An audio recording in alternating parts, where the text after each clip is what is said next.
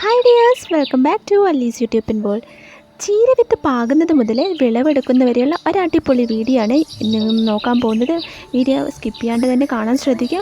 അപ്പോൾ നമുക്ക് നേരെ വീഡിയോയിലോട്ട് പോകാം. നമ്മുടെ ഈ വേനൽ തന്നെയാണ് ഈ ചീര കൃഷിക്ക് ഏറ്റവും അനുയോജ്യമായ കാലാവസ്ഥ എന്ന് പറയുന്നത്. നല്ല രീതിയിൽ വിളവെടുക്കാൻ പറ്റും. അതിനായിട്ട് നമ്മൾ ഫസ്റ്റ് സെലക്ട് ചെയ്യേണ്ടത് നമ്മൾ എടുക്കുന്ന വിത്ത് നല്ല ക്വാളിറ്റി ഉള്ളതായിരിക്കണം. അതായത് കുറേ അധികം ചീര വെറൈറ്റീസ് ഉണ്ടല്ലേ, അതിനനുസരിച്ച് നല്ല ക്വാളിറ്റിയുള്ള വിത്ത് തന്നെ സെലക്ട് ചെയ്താൽ ഇത് കാർഷിക വിപണിയിൽ നിന്ന് മേടിച്ച വിത്താണ്.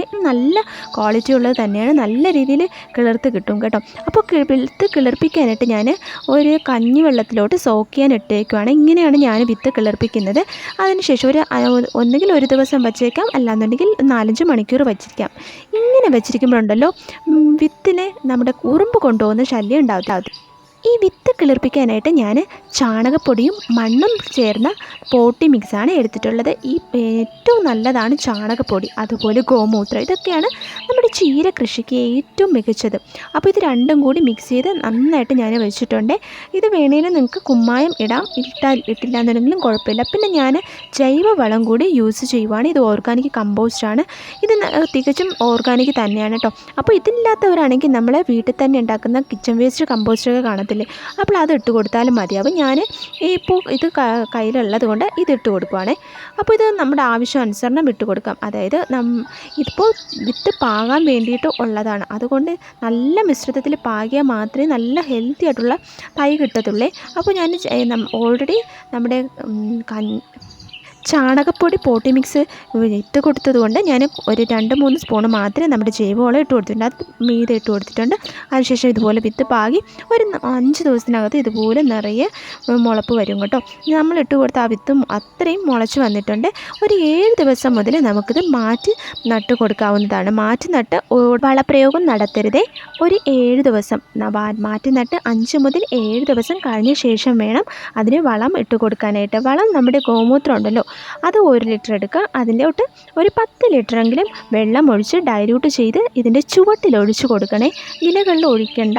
നമ്മുടെ ആ ഒരു സ്മെല്ല് ചിലപ്പം ഉണ്ടാവാൻ ചാൻസ് ഉണ്ട്. അപ്പോൾ ചുവട്ടിൽ ഒഴിച്ച് കൊടുക്കുന്നത് ഏറ്റവും നല്ലതാണ്. അപ്പം അതിന് ബുദ്ധിമുട്ടാൻ താല്പര്യം ഇല്ലാത്തവരാണെങ്കിൽ ആട്ടിൻ്റെ കാഷ്ടമുണ്ടല്ലോ, അത് നന്നായിട്ട് ഉണക്കി പൊടിച്ച് അത് ഇതിൻ്റെ ചുവട്ടിലിട്ട് കൊടുക്കാം. ഇതൊക്കെ ഇടുമ്പോൾ പ്രത്യേകിച്ച് ശ്രദ്ധിക്കേണ്ടത് വെള്ളം നല്ല രീതിയിൽ നനച്ച് കൊടുക്കുക. വേനലായതുകൊണ്ട് തന്നെ വേഗം വാടിപ്പോകുന്ന ഒരു സംഭവമാണ് നമ്മുടെ ചീര. എന്നാൽ അത്യാവശ്യം നല്ല രീതിയിൽ തഴച്ച് വളർന്ന് കിട്ടുന്ന സമയം കൂടിയാണ്. അപ്പോൾ ഈ ഒരു കാര്യങ്ങൾ ശ്രദ്ധിച്ച് കൊടുത്താൽ മതിയാവും. നല്ല രീതിയിൽ വിളവെടുക്കും. പിന്നെ 15 ദിവസം ഒക്കെ ആകുമ്പോൾ ഒന്നുകൂടി നമുക്ക് ഇതുപോലെ ഫെർട്ടിലൈസറൊക്കെ എടുക്കാം. പിന്നെ അതിൻ്റെ ചുവട്ടിൽ നിൽക്കുന്ന കളകളൊക്കെ പറിച്ചു കൊടുക്കാൻ പ്രത്യേകിച്ച് മറക്കരുത്. ചുവട്ടിൽ കളകൾ ഒരുപാടുണ്ടെങ്കിൽ അതിൻ്റെ രോഗങ്ങൾ നമ്മുടെ ചീരയെ അഫക്റ്റ് ചെയ്യാൻ ചാൻസ് കൂടുതലാണ്. അപ്പോൾ നല്ല കളറിൽ, അതായത് നമ്മുടെ പൊന്നാങ്കണ്ണി ചീരയുണ്ട്, അതുപോലെ പച്ച ചീരയുണ്ട്. കുറേ അധികം വെറൈറ്റീസ് അവൈലബിൾ ആണ്. അപ്പോൾ നമ്മൾ സെലക്ട് ചെയ്യുന്ന ആ ഒരു സീഡിൻ്റെ ക്വാളിറ്റി അനുസരിച്ചിരിക്കും വിളവ് കിട്ടുന്നത്. നമ്മൾ നല്ല രീതിയിൽ വളപ്രയോഗം കൊടുത്ത് അതിനെ സംരക്ഷിക്കുകയാണെങ്കിൽ 15 മുതൽ 20 ദിവസത്തിനുള്ളിൽ തന്നെ നമുക്ക് ചീര വിളവെടുക്കാവുന്നതാണ്. പിന്നെ വ്ളാത്താങ്കർ ചീര എന്ന് കേട്ടിട്ടില്ലേ, അത് നമ്മൾ പിഴുതെടുക്കാണ്ട് കട്ട് ചെയ്ത് കൊടുക്കുകയാണെങ്കിൽ 1 വർഷം വരെ അത് വിളവെടുത്തുകൊണ്ടിരിക്കാമെന്നാണ് പറയുന്നത്. ഇപ്പോൾ എൻ്റെ കയ്യിൽ അതിൻ്റെ വിത്ത് കിട്ടിയിട്ടില്ല. ബാക്കി കുറേ ഐറ്റംസ് കിട്ടിയിട്ടുണ്ട്. കിട്ടിയതെല്ലാം നല്ല കളറുള്ളതും അതുപോലെ നല്ല ഹെൽത്തി ആയിട്ടുള്ളതുമാണ്. ഇതുപോലെ ഹെൽത്തി ആയിട്ട് നിൽക്കാൻ ഇടയ്ക്ക് ഇതുപോലെ കഞ്ഞിവെള്ളം ഒഴിച്ചു കൊടുക്കാം. കഞ്ഞിവെള്ളം അത് ഡൈല്യൂട്ട് ചെയ്ത് തന്നെ ഒഴിച്ചു കൊടുക്കാൻ ശ്രദ്ധിക്കുക. പിന്നെ ഞാൻ പറഞ്ഞ പോലെ ഗോമൂത്രം, ഇതാണ് ഏറ്റവും ബെസ്റ്റായിട്ടുള്ള ഒന്ന്. നല്ല രീതിയിൽ വിളവ് കിട്ടും. അതിൻ്റെ ലീഫൊക്കെ കാണുമ്പോൾ നിങ്ങൾക്ക് മനസ്സിലാവും നല്ല ഹെൽത്തി ആയിട്ട് തന്നെ പ്ലാന്റ് നിൽപ്പുണ്ട്.